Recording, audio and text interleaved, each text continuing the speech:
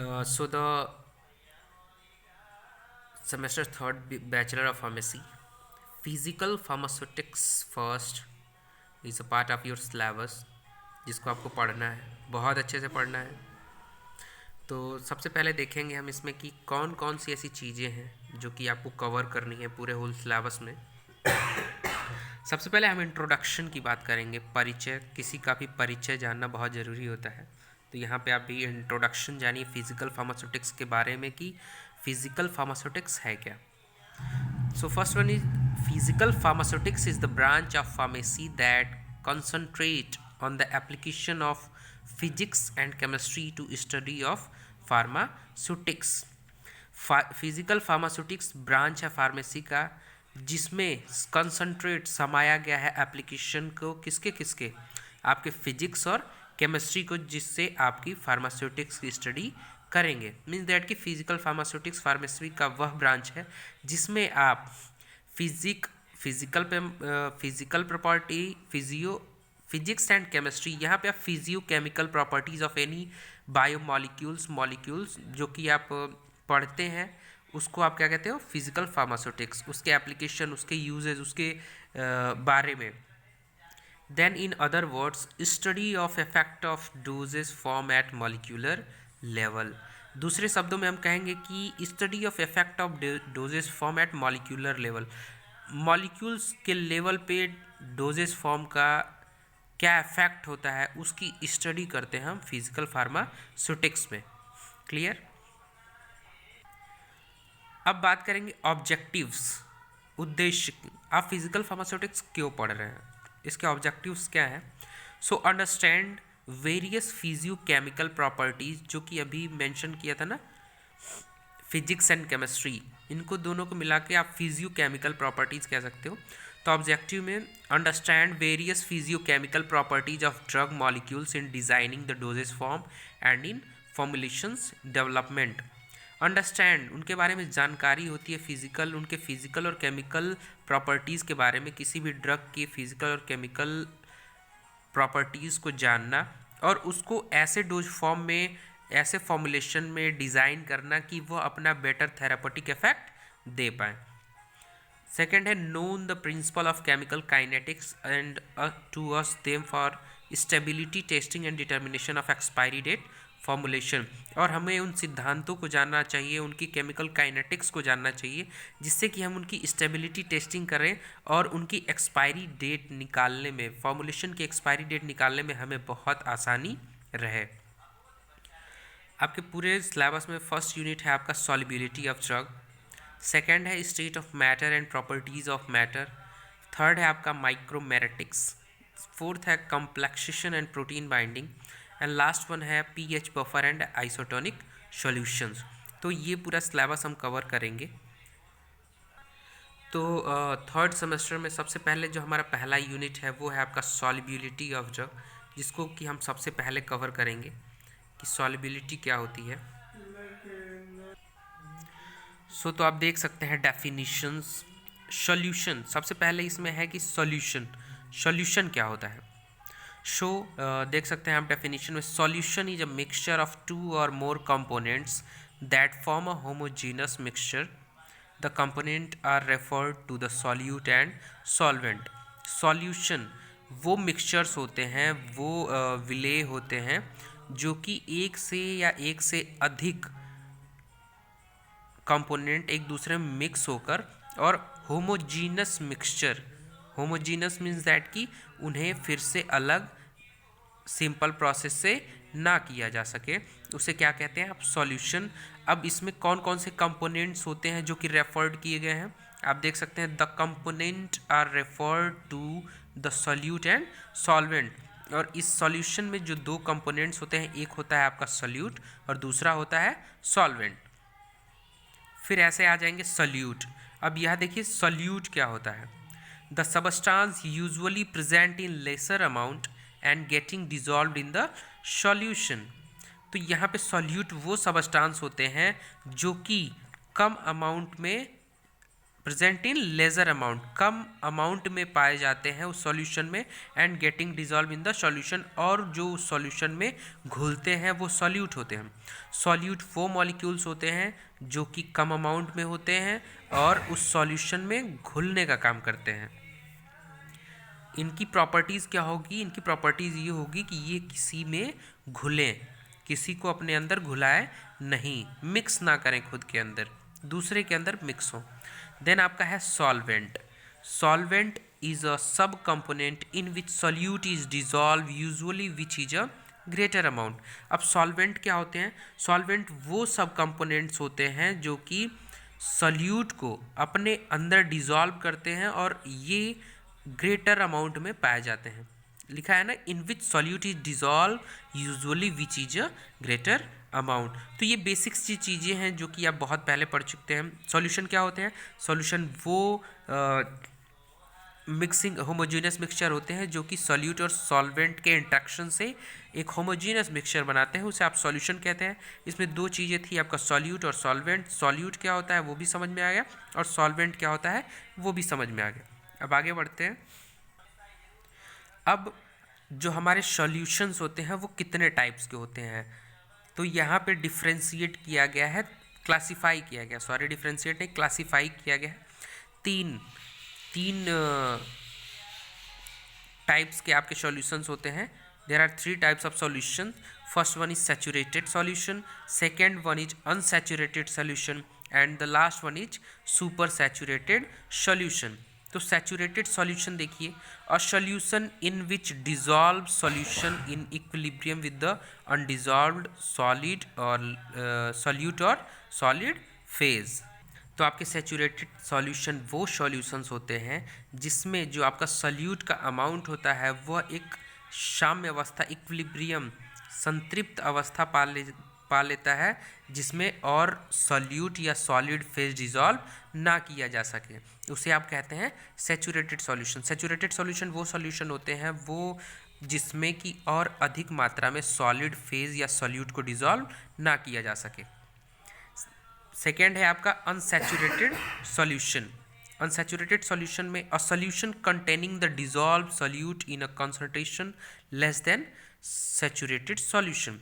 Unsaturated solution असंतृप्त विलयन वो विलयन सॉल्यूशंस होते हैं जिसमें आप और एक्स्ट्रा अमाउंट के सॉल्यूट या सॉलिड फेज को डिजॉल्व कर सकते हैं। A solute containing the dissolved solute in a concentration less than saturated solution, और इसमें जो सैचुरेटेड सॉल्यूशन होते हैं उससे कम अमाउंट में सॉलिड फेज पाया जाता है। मीन्स दैट कि आप इनको सैचुरेटेड करने के लिए और अमाउंट सॉल्यूट का यूज़ कर सकते हैं। लास्ट वन है आपका सुपर सैचुरेटेड सॉल्यूशन, और solution which contain more concentration of solute than the saturated solution. Normally आप ये समझ सकते हैं कि जो saturated solutions, super saturated solution वो सॉल्यूशंस होते हैं जो कि आपके सैचुरेटेड सॉल्यूशन से ज़्यादा अमाउंट होता है सॉल्यूट, उसमें जो सॉल्वेंट का अमाउंट होता है, जो सैचुरेटेड सॉल्यूशन का में सॉल्यूट का अमाउंट होता है उससे ज़्यादा अमाउंट होता है सुपर सैचुरेटेड सॉल्यूशन में। इसमें क्या होता है कि सुपर सैचुरेटेड सॉल्यूशन में इंक्रीजिंग इन टेम्परेचर एट एक पर्टिकुलर टेम्परेचर के बाद अगर सॉल्यूट का जो अमाउंट है वो और आप ऐड नहीं कर सकते हो तो उसे आप कहोगे सुपर सैचुरेटेड सॉल्यूशन। क्लियर है? तो सॉल्यूशन उसके बाद उसको कितने टाइप्स के सॉल्यूशन होते हैं? 3 टाइप्स के। पहला है आपका है सैचुरेटेड, दूसरा है अनसैचुरेटेड और तीसरा है सुपर सैचुरेटेड। अब आगे बढ़ते हैं। सॉल्युबिलिटी। सॉल्युबिलिटी क्या होती है? इसको 2 तरीके से हम जान सकते हैं, in a quantitative way and in a qualitative way. आपके 2 पॉइंट्स हैं, in a quantitative way and in a qualitative way. Quantitative way में it is the concentration of solute in a saturated solution at a certain temperature. Quantitative way में आप एक particular temperature पे solute की कितने amount, saturated solution बनाने के लिए कितना अमाउंट आप सॉल्यूट यूज़ कर रहे हैं, ये इसका हो गया क्वांटिटेटिव वे। समझ में आया? It is the concentration of solute in A saturated solution at a certain temperature. एक पर्टिकुलर टेम्परेचर पे आपके सैचुरेटेड सॉल्यूशन में जो सॉल्यूट का अमाउंट होता है उसको आप क्वांटिटेटिव वे में देख सकते हैं। जैसे अगर आपको सॉल्यूट 5 ग्राम लेना हो, 10 ग्राम लेना हो, 1 kg लेना हो, तो ये इस क्वांटिटी को इंडिकेट करता है। वेट केजी में होगा, एमजी में होगा, जो भी आप मेंशन कर सकते हो। तो ये हो गई इसकी क्वांटिटेटिव वे। अब आप बात करते हैं क्वालिटेटिव वे की। In a qualitative way it is the spontaneous interaction of 2 और more substance solute and solvent to form a homogeneous molecular dispersion. Second point है solubility is intrinsic material property of the molecule while the dissolution is the extrinsic property। जो qualitative way में आप जाएंगे तो it is a spontaneous interaction of 2 और मोर substance. यह एक या एक से अधिक सबस्टांस के स्पॉन्टेनियस तेजी से इंटरैक्ट एक दूसरे के साथ मिलने को देखा जा सकता है। इसमें कौन कौन से आपके मॉलिक्यूल्स होते हैं? एक सॉल्यूट का मॉलिक्यूल होता है और सॉल्वेंट का मॉलिक्यूल होता है, और ये दोनों ही स्पॉन्टेनियस इंट्रैक्शन से आपके होमोजीनस मिक्सचर बनाते हैं। जैसा कि आपने पीछे पढ़ा था कि जो सॉल्यूशंस होते हैं वो होमोजीनस मिक्सचर बनाते हैं। तो स्पॉन्टेनियस इंट्रैक्शन होता है 2 या 2 से अधिक मॉलिक्यूल्स के बीच में, वो आपके सॉल्यूट और सॉल्वेंट होते हैं। और मॉलिक्यूलर डिस्पर्जन एक दूसरे में इंट्रैक्ट करने की प्रोसेस को, फिनोमिना को मॉलिक्यूलर डिस्पर्जन आप कह सकते हो। एक मॉलिक्यूल दूसरे मॉलिक्यूल में डिस्पर्स हो जाते हैं। सेकेंड पॉइंट है आपका solubility is a intrinsic material property of the molecule while the dissolution is the extrinsic property. तो सॉल्युबिलिटी इंट्रिंसिक प्रॉपर्टी कैसे हो सकती है कि सॉल्वेंट आप उसके, जब भी आप किसी मटेरियल के अंदर की जानने की कोशिश करेंगे, उसके बारे में स्टडी करने की कोशिश करेंगे, मीन्स दैट कि उसके इंटरनल फिनोमिनन की जानने की कोशिश करेंगे, तो वो उसकी इंट्रिंसिक प्रॉपर्टी होगी। लेकिन देखिए दूसरी तरफ दिया है while the dissolution is the extrinsic property. Dissolution, dissolve करते हैं आप किसी, अगर कोई ड्रग लेते हैं तो आप उसको डिसॉल्व इसीलिए करते हैं क्योंकि आप उसे मैक्सिमम थेरापेटिक इफेक्ट चाहते हैं। तो यहाँ आप समझ सकते हैं एक्सट्रिंसिक प्रॉपर्टी से कि किसी मॉलिक्यूल्स के द्वारा जो एक्सटर्नल इफेक्ट प्रोड्यूस किया जाता है वो उसकी एक्सट्रिंसिक प्रॉपर्टी होती है। तो यही डिफरेंस होता है इंट्रिंसिक और एक्सट्रिंसिक में। थर्ड पॉइंट है आपका solubility of drug depend on the physical and chemical properties of both of the solute and solvent. जो सॉल्युबिलिटी होती है ड्रग की या किसी भी मटेरियल की, वो उसके फिजिकल या केमिकल प्रॉपर्टीज़ पे डिपेंड करती है कि उसका क्या कह सकते हो, आपकी जो सॉल्युबिलिटी वो हाई होगी या लो होगी। देन है आपका टेम्परेचर, ये भी फैक्टर है, pressure, pH of the solution and state of sub division of the solute. अब क्वांटिटेटिव में बात करते हैं। क्वांटिटेटिव में देखिए ये डेप्थ थोड़ा जाएंगे तो फिर ये सब सारी चीज़ें आपको देखने को मिलेंगी। क्वांटिटेटिव में आपका है USP expressions. USP means that कि यूनाइटेड स्टेट फार्माकोपिया के द्वारा जो क्वांटिटी मेजरमेंट दिया गया है उसे आप यूएसपी एक्सप्रेशन कहते हैं। Molar solutions, molal solutions, mole fractions, percentage by weight, percentage by weight by volume, percentage by volume, और भी बहुत सारे फैक्टर्स होते हैं। दूसरी तरफ आप क्वालिटेटिव में आते हैं तो आपका very soluble, freely soluble, soluble sparingly soluble, slightly soluble, very slightly soluble and practically insoluble. तो ये सारे फैक्टर्स होते हैं जो कि आप पढ़ते हैं इसमें। फिर देखिए यहाँ पे आपके जो क्वालिटेटिव है जिसमें आपने टेबल पढ़ा था, very soluble, freely soluble, soluble sparingly soluble, slightly soluble, तो इसी का एक टेबल फॉर्मेट किया गया है। तो इसमें क्या है देखिए, पहले है टर्म्स, सेकेंड है आपका पार्ट्स ऑफ सॉल्वेंट रिक्वायर्ड पर पार्ट ऑफ सॉल्यूट।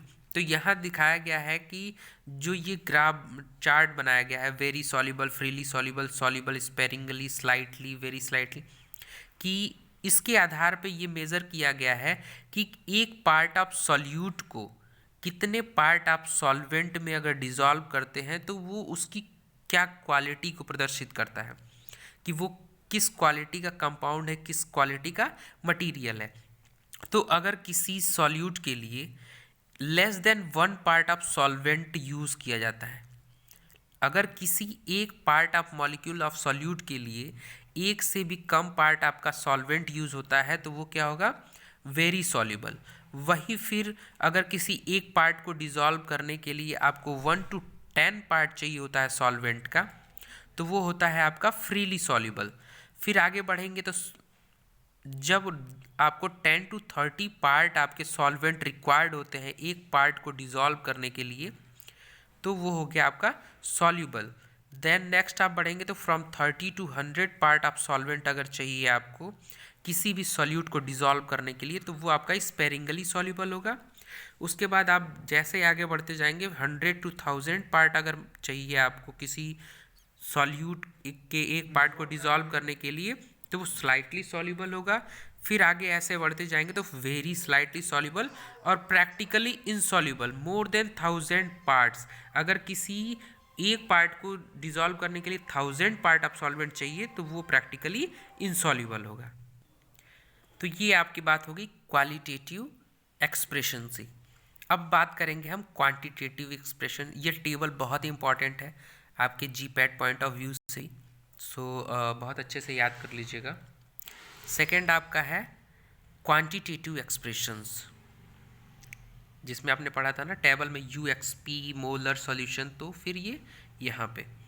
तो क्वांटिटेटिव एक्सप्रेशंस में क्या है, सबसे पहले आपका है USP एक्सप्रेशन।